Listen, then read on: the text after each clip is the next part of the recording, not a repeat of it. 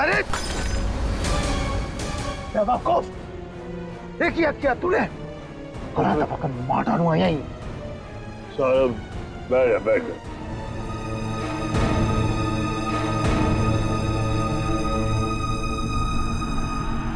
गलती हो गई ना, कोई बात नहीं, गिलास ही तो था। साहब गलती होगी, वो हाथ से गिलास।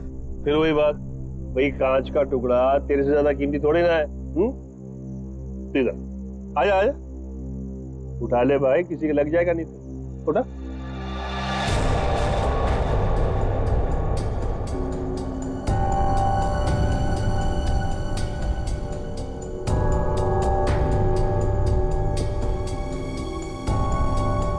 ओए, ये ग्लास ना एक बॉक्स में दर्जन भर मिलते हैं, लेकिन तू तो एक ही है, इकलौता मेरा वफादार। हाँ?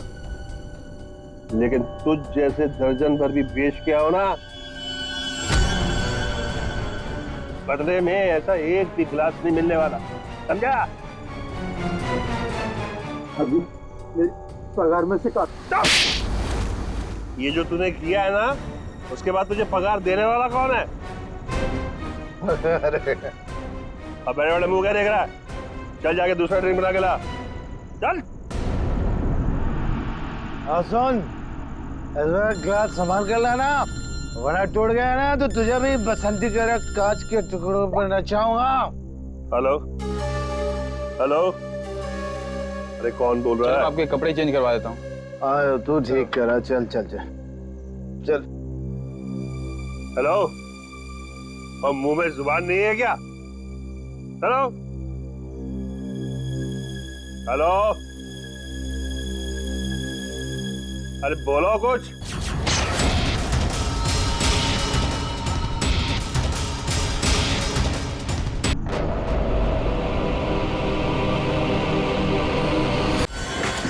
मैं सच कह रहा हूँ, मैंने कुछ नहीं किया। बोल तूने ऐसा क्यों किया? मैं तुझे जान से मार डालूंगा, मैं तेरे टुकड़े टुकड़े कर दूंगा। तूने मेरे भाई को क्यों मारा? बोल। रुक जा, छोड़ो छोड़ो छोड़ो छोड़ो, बढ़िया बढ़िया, छोड़ो। क्या कर रहे हो? मेरे भाई को, इसने मेरे भाई का खून किया। सब शांत हो जाओ, हमें अपना काम करने दो, सब कुछ सामने आ जाएगा, समझा?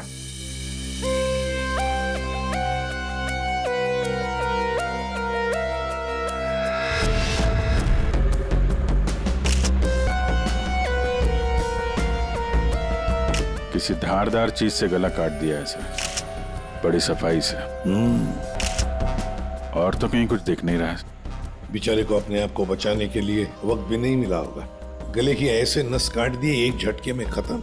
है तो कोई अंदर वाला ही आदमी सा।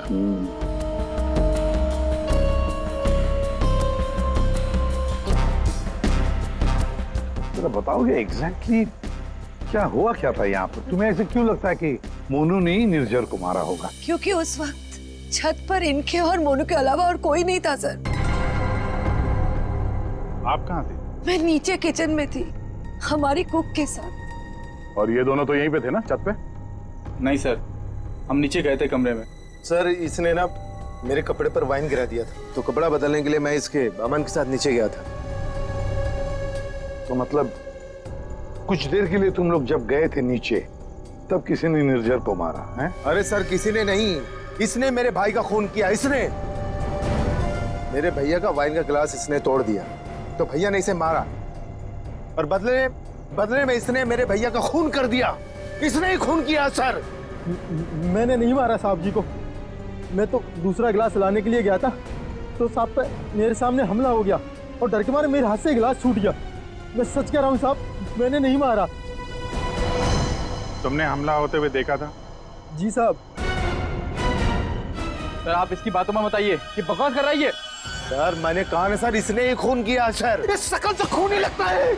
नहीं साहब, मैंने खून नहीं किया साहब, हमें पहली बार थोड़ी ना मारे थे। 10 साल से उनकी गालियां खा रहा हूँ, कि मार खा रहा हूँ, यही मेरी जिंदगी थी। मेरी हिम्मत कहाँ की मैं साहब को नहीं साहब, मारना तो दूर, मैंने हाथ तक नहीं लगाया। मैं सच कह रहा हूँ साहब। तो किसने मारा मेरे पति को? भगवान ने मारा। क्या बोला? भगवान ने मारा? मैंने कहा ना सर, ये बकवास कर रही है। एक मिनट, क्या बोल रहे हो तुम? भगवान ने मारा? क्या मतलब क्या है तुम्हारा? है? वो तो नहीं पता साहब। साहब मेरे सामने खड़े हुए थे और देखते ही देखते उनका गला कट गया।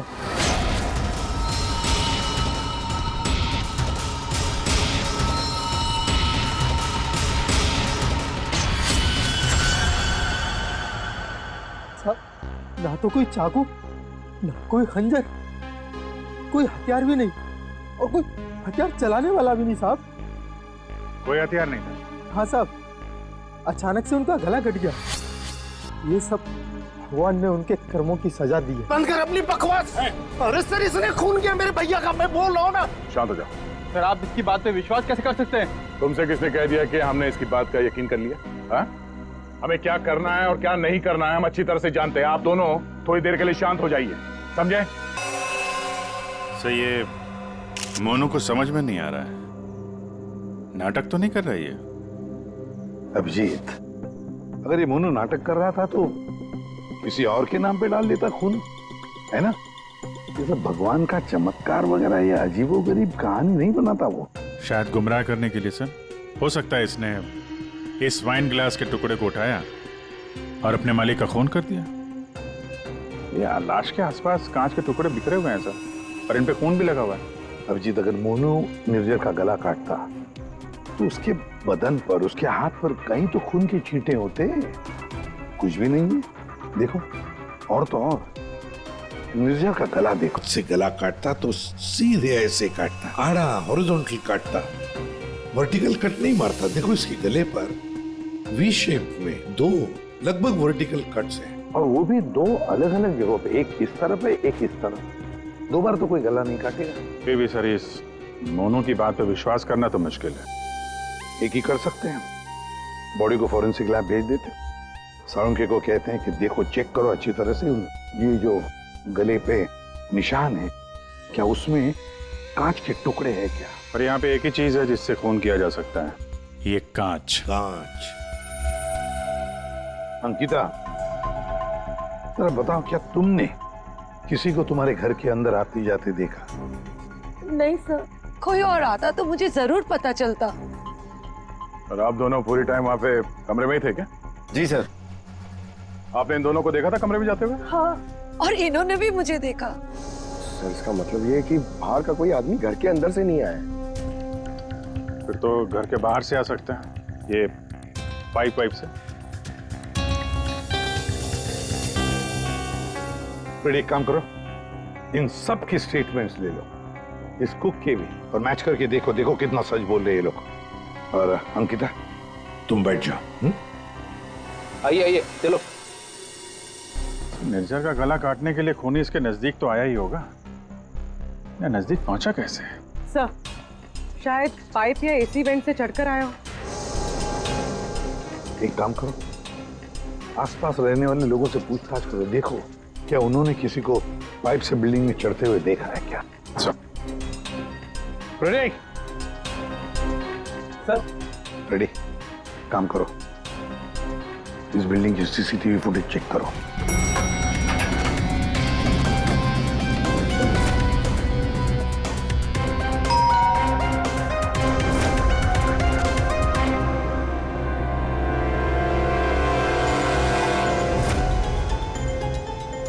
इसमें तो कुछ दिख नहीं रहा, फिर खूनी ऊपर पहुंचा कैसे? इस बिल्डिंग को 20 फ्लोर है, शायद खूनी ने 8-10 फ्लोर के बाद बाहर से चढ़ना शुरू किया होगा। हो सकता है सर, शायद इस वजह से बाहर कैमरा में आया नहीं। जी आप? मैं इंस्पेक्टर दया, सीआईडी से। यहाँ आपके बगल वाले बिल्डिंग के छत पे एक आदमी का खून हुआ है। मैं आपसे ये पूछने आया कि आपने या आपके घर में किसी ने कुछ देखा है क्या? जी नहीं, मैंने तो कुछ नहीं देखा, लेकिन हाँ मेरा बेटा बन्नी कह रहा था कि उसने वहाँ कुछ देखा है। क्या क्या देखा है उसने? आप अंदर आइए ना प्लीज। अरे सुनो, क्या हुआ? कौन है? ये सीआईडी से हैं, बता रहे हैं पास वाली बिल्डिंग में किसी का खून हुआ है। क्या? आपके बेटे ने क्या देखा? सर मेरे बेटे ने जो भी बताया वो बड़ा अजीब सा था कि क्या? कि मैंने उसे उसी वक्त डांट दिया। मुझे लगा शायद उसका कोई वहम होगा। क्या बता रहा था वो? सर हमारा बन्नी तो आजकल वैसे ही मनगढ़ंत बातें करता रहता है, शायद ज्यादा टीवी देखने का असर है ये। सर हमें लगा ये भी ऐसे ही कुछ होगा। मैं सच बोल रहा हूँ सर, ये सब मैंने अपने टेलीस्कोप से देखा है। वो आदमी मर गया ना सर। हाँ बेटा, तुमने देखा उस आदमी को किसने मारा? किसी को बिल्डिंग पे चढ़ते हुए देखा, ऊपर आते हुए? कोई भी नहीं था। कोई भी नहीं था? तो फिर तुमने किसको देखा? उसी को जिसने खून किया है। किसने किसने खून किया?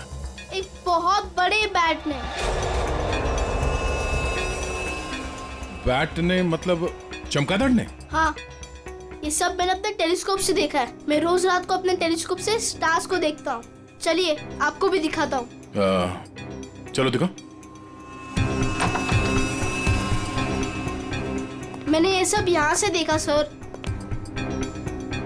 यहाँ से? हाँ।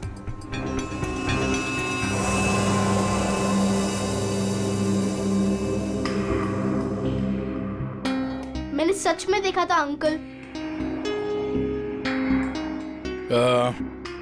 बेटा आपका फेवरेट सुपर हीरो कौन है? बैटमैन। ओह बैटमैन। ठीक है, आपने आज सीआईडी की बहुत मदद की। Thank you. मैं चलता हूँ। थैंक्स। Thank you sir.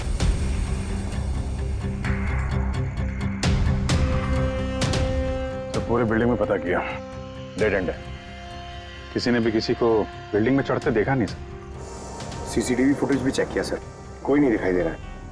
इंसानों ने नहीं देखा, कैमरों ने नहीं देखा। ये खूनी है या मिस्टर इंडिया? रेडी, ये खूनी कांच की तरह है, कांच की तरह ट्रांसपेरेंट, पारदर्शक। हमारे सारे सवालों का एक ही जवाब है, ये कांच। तुम्हारा अंदाजा एकदम सही है। इसके गले के घाव में से कांच का टुकड़ा मिला है। मतलब सर, मोनू ने टूटे हुए कांच से इनका गला काटा और इनकी जान ले ली?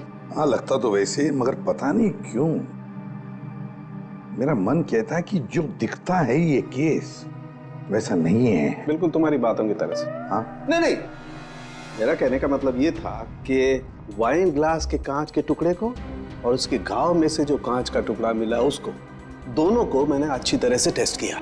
तो दोनों एक ही हैं, लेकिन अलग अलग। देख सर, उनके दिमाग खराब मत कर यार, जो है वो सीधे सीधे बता देना यार। सीधी सीधी बात ये है भाई कि वाइन ग्लास के कांच के टुकड़े से इसका गला नहीं काटा गया। तो फिर देखना चाहते हो? आओ देखो, ये है वाइन के ग्लास का टुकड़ा और ये देखो,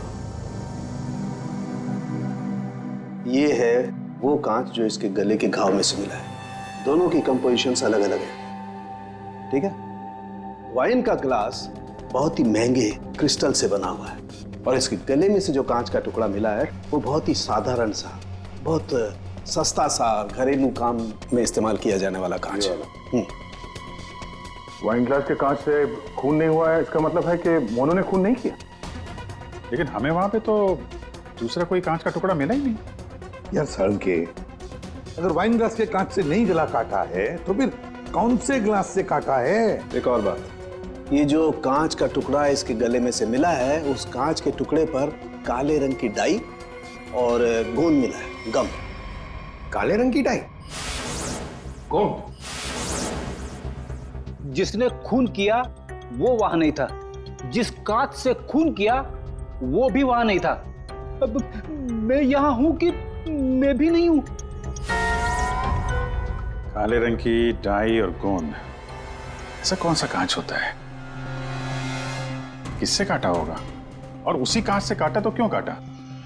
अब जी काटने की बात की ना तुमने, पतंग के मांझे से भी तो काटा जाता है। क्या मतलब तुम्हारा? मतलब साउंड के बचपन में तूने कभी पतंगे उड़ाई है?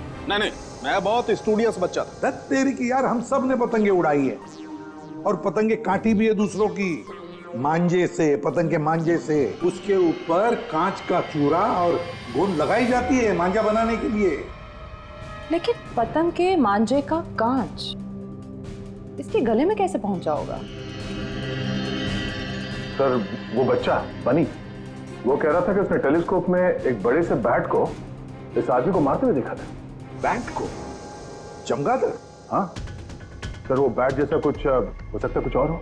जैसे कि पतंग। काले रंग की? हाँ यार, पतंग। हाँ, हमने सुना है ना कि पतंग के मांझे से हाथ कट जाता है।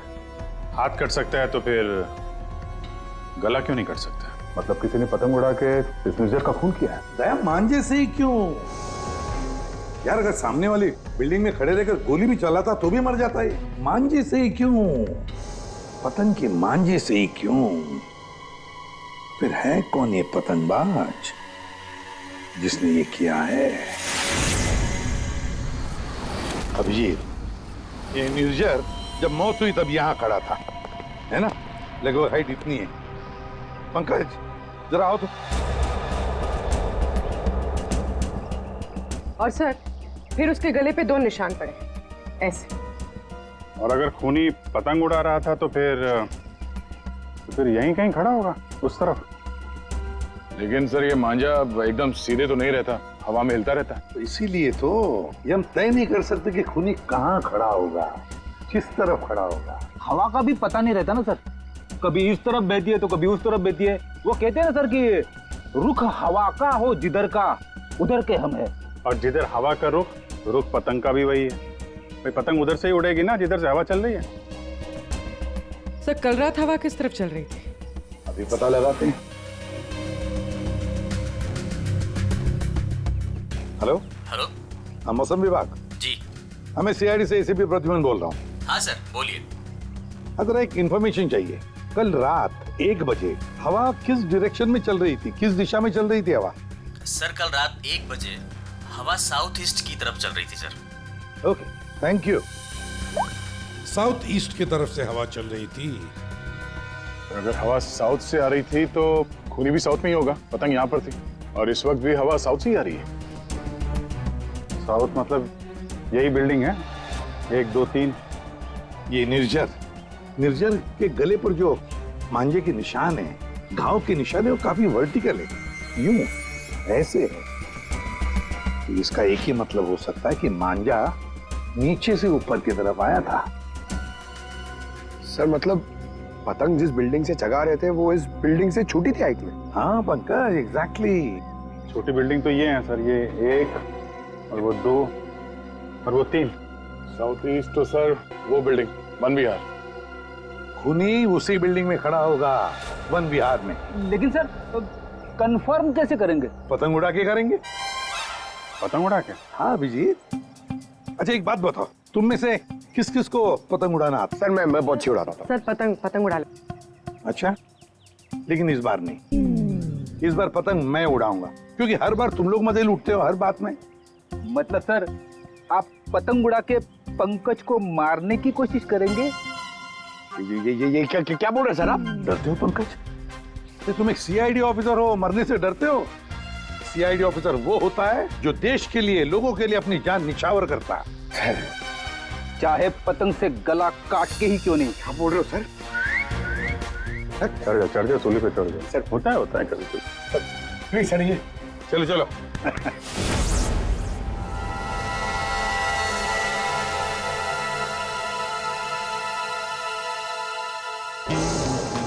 अभिजीत, अरे जरा ढील दो। हाँ बता।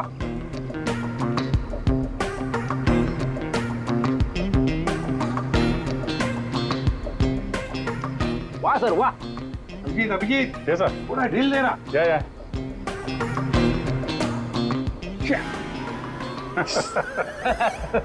अभिजीत सर की पतंग कट गई। हाँ।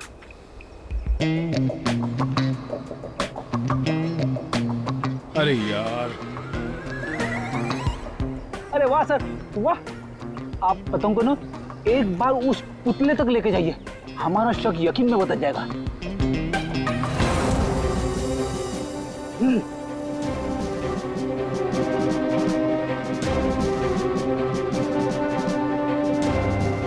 अरे नहीं यार, फ्रेडी पकड़ लो। ये नामुमकिन है।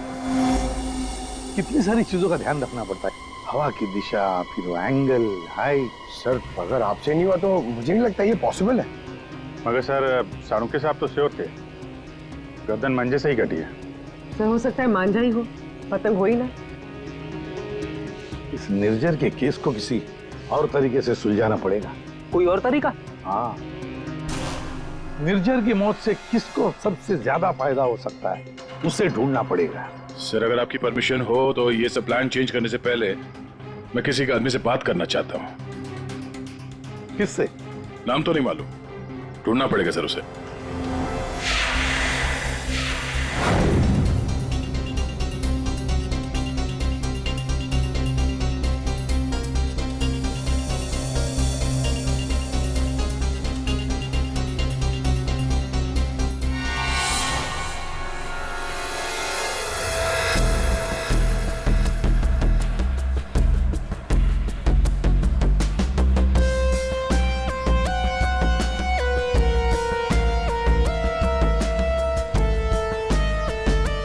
अल्ताफ भाई, पतंग उड़ाने के लिए आपकी उम्र कुछ ज्यादा नहीं है? क्यों? पतंग उड़ने से पहले नाम और उम्र पूछती है क्या? हाँ, अगर आप जानना चाहते हो तो मैं बता देता हूँ। मैं इंस्पेक्टर दया, CID से। मैं यहाँ एक केस के सिलसिले में आपसे कुछ पूछने आया हूँ। कहिए। अल्ताफ भाई, ये बताइए, क्या इस तरह के मांझे से किसी की जान ली जा सकती है? मतलब गला काटा जा सकता है? अरे क्या कह रहे हैं जनाब, ये तो मेरी रोजी रोटी है, ये तो मेरे परिवार का पेट पालने के लिए, ना कि किसी का गला काटने के लिए। अल्ताफ भाई, फिक्र मत कीजिए, ये सिर्फ जानकारी के लिए पूछ रहा हूँ। या बाजार में सबसे पूछा तो सबने यही बताया कि यहाँ सबसे समझदार और जानकार आदमी इस पेशे में आप ही हैं।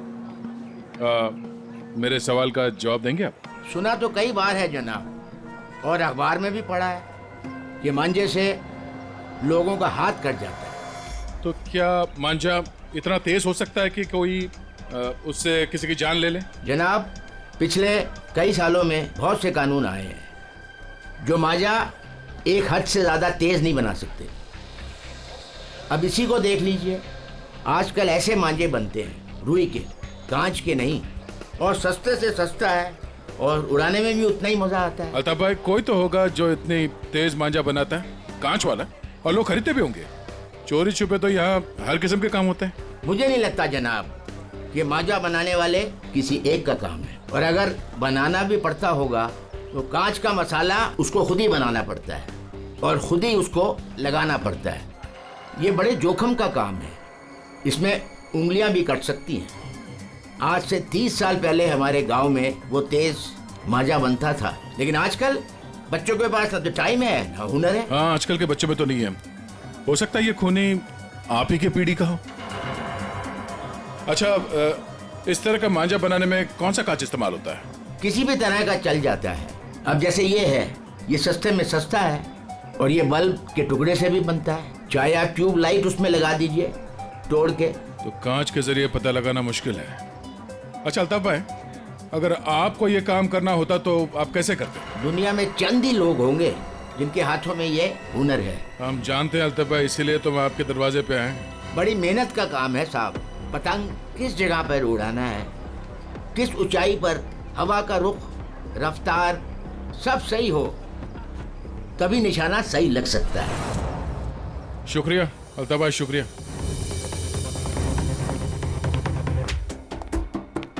सर, सर ये वो लोगों की सस्पेक्ट लिस्ट है जो निर्जर को मार सकते हैं। इतने सारे दुश्मन इस निर्जर के? सर वो बहुत ही स्वार्थी और बेरहम बिजनेसमैन था, बहुत लोगों को धोखा दिया था उसने। सर तो इनमें से किसी ने बदला लिया होगा? पॉसिबल है सर। सर हाँ, ये वो केसेस है जो निर्जर के ऊपर फाइल हुए थे। इनमें से ज्यादातर कंप्लेंट उसके एक्स एम्प्लॉइज के हैं, जिनका कहना है कि निर्जर ने उन्हें सैलरी नहीं दी थी। कमाल है, इतना बड़ा बिजनेसमैन और अपने वर्करों को पगार नहीं देता था। बिजनेस लॉस में जा रहा था क्या? अरे नहीं सर, उसके भाई से पता चला है कि अपने 300 एम्प्लॉइज की सैलरी ना देनी पड़े, इसीलिए निर्जर ने अपने आप को कोर्ट में दिवालिया घोषित कर दिया था। वाह रे वाह, बड़ा चालाक है। कानून का गलत इस्तेमाल किया, अपने आप को दिवालिया घोषित किया और बैठ गया वर्करों के पैसे पर। खुद तो ऐश कर रहा था और दुनिया को दिखाने के लिए कंगाल और दिवालिया। इतने बड़े फ्रॉड आदमी को ना जेल में होना चाहिए था। वही तो, जेल में ही होना चाहिए था। कुछ ना कुछ तो गड़बड़ जरूर है अभी जी, कुछ ना कुछ तो गड़बड़ है। इतने सारे फ्रॉड्स करने के बावजूद भी ये आदमी बाहर कैसे, जेल में क्यों नहीं? पंकज, पुलिस रिकॉर्ड चेक करो निर्जर के।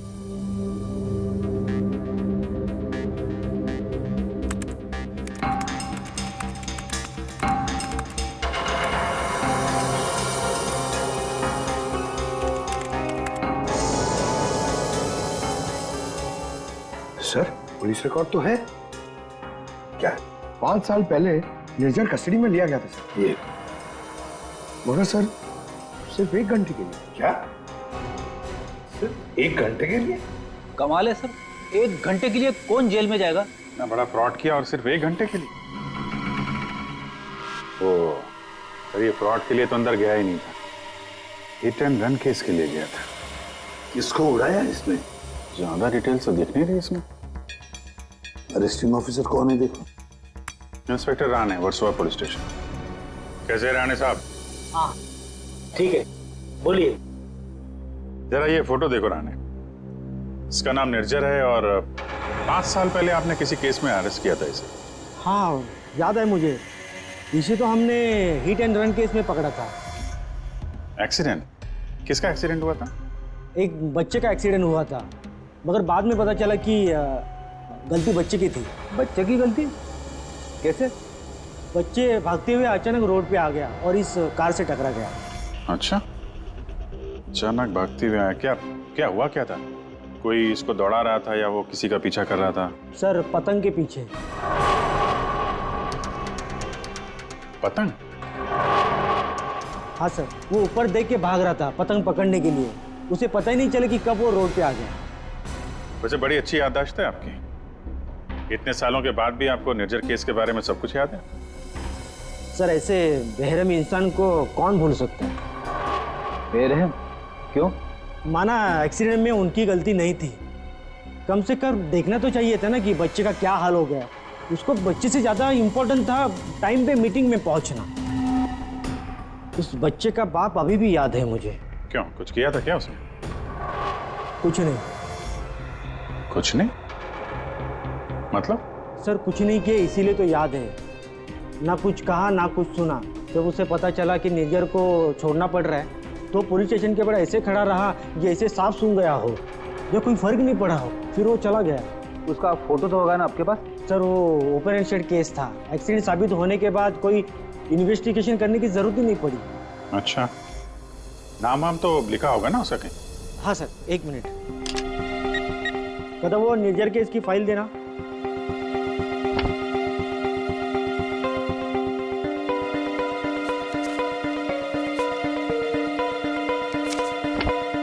सर ये देखिए, बच्चे का बाप का नाम, फोन नंबर और एड्रेस भी है। पवन Kumar, Shankar Nagar. Beni, address phone number वगैरह नोट कर लो जरा।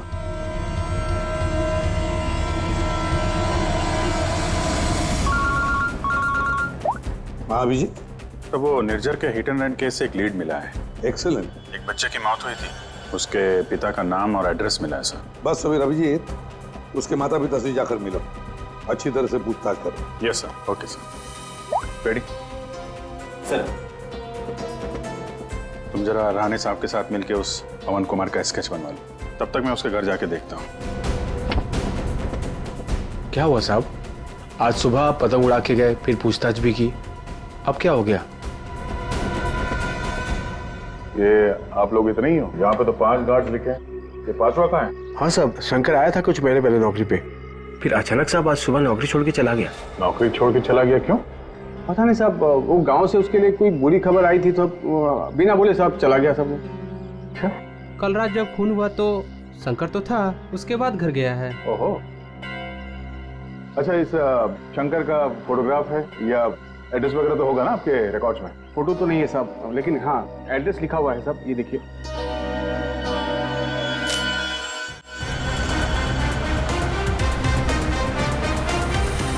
हाँ सर, एड्रेस तो मिल गया है, पर मुझे लग रहा है कि ये एड्रेस गलत हो सकता है सर। शंकर ने खून किया है सर, फिलहाल तो फरार है, पर उसने निर्जर को क्यों मारा होगा ये मकसद तो समझ में नहीं आ रहा है। सर ये पवन कुमार के घर में तो ताला लगा हुआ है, पड़ोसी बता रहे थे कि बच्चे के एक्सीडेंट के 2-3 साल के बाद उसकी माँ ने उसके गम में आत्महत्या कर ली। और ये पवन, पवन का क्या हुआ? सर वो तो 3 साल पहले ही घर छोड़ के चला गया, उसके बाद से वापस नहीं लौटा। मुझे तो इसी पे शक है सर। 1 मिनट अभिजीत, ये पवन 3 साल पहले घर छोड़कर चला गया और फिर अचानक अब जाग उठा बदला लेने के लिए? क्या रहा था 3 साल तक? एक मिनट सर, एक मिनट। अभिजीत, ये पवन अपने घर से कितने साल से गायब है? ये 3 साल पहले। क्यों 3 साल से? अच्छा सर, वो पवन कुमार का स्केच बनने वाला था, बन गया वो? देखता हूं।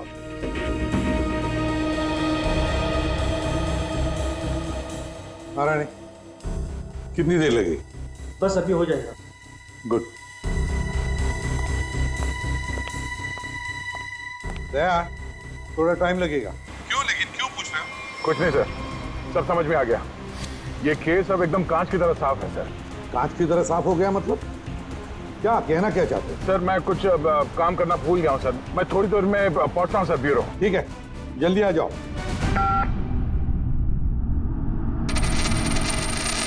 हाँ यार, आज नींद नहीं आई। अरे कैलाश, शुक्रिया। तुम्हारी वजह से आज हमने एक मुजरिम को पकड़ लिया। अच्छा हाँ, वो शंकर, उसने गलत एड्रेस लिख दिया था। उसे खुद लिखा था क्या? नहीं साहब, शंकर तो अनपढ़ है। अच्छा, तो फिर रजिस्टर में एड्रेस किसने लिखा? जी साहब, मैंने। तो यहाँ जितने भी नए गार्ड्स आते हैं उनका नाम, नंबर, एड्रेस सब तुम्हें लिखते हो? जी सर। अरे हाँ, ओह सॉरी, मैं तो भूल ही गया था। सारे रिकॉर्ड्स तो तुम ही रखते हो। कौन सिक्योरिटी गार्ड काम पे कब आता है, कब नौकरी छोड़ के चला जाता है, ये सारी तैयारी तो तुम ही करते हो। वैसे कैलाश, कितने साल से नौकरी कर रहे हो इस बिल्डिंग में? हाँ साहब, 3 साल से। 3 साल से? 3 साल से वो खूनी भी गायब है।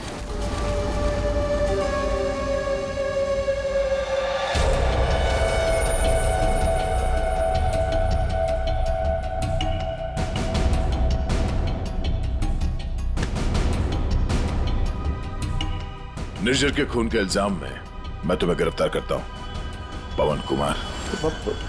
पवन कुमार? हमारा नाम तो कैलाश है साहब। वो आपको शायद कोई गलत फहमी हो रही है हमको पहचानने में। लेकिन मुझसे कोई गलती नहीं हो रही है मिस्टर पवन कुमार। ये क्या है साहब? हाँ क्या है साहब, आपको कोई नहीं मिला तो एक गरीब को फंसा रहे साहब। अच्छा,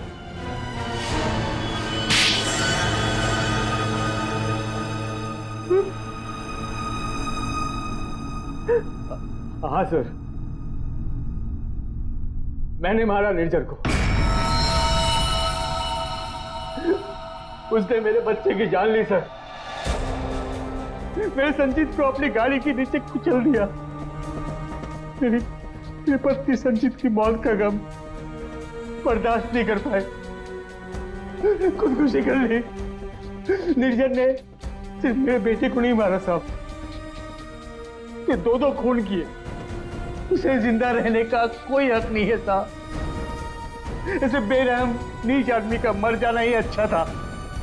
पवन, निर्जर अच्छा आदमी नहीं था, हमें भी पता है, मगर उसने तुम्हारे बेटे को जानबूझकर नहीं मारा। गलती तुम्हारे बेटे की थी। वो खुद पतंग के पीछे दौड़ते दौड़ते निर्जर के गाड़ी के सामने आया। गलती मेरी है, मैंने उसे सिखाया था पतंग बनाना, पतंग उड़ाना, सब कुछ। उसे बहुत शौक था पतंग उड़ाने का, पतंग के पीछे भागने का। काश मैं उस दिन से रोक लिया होता।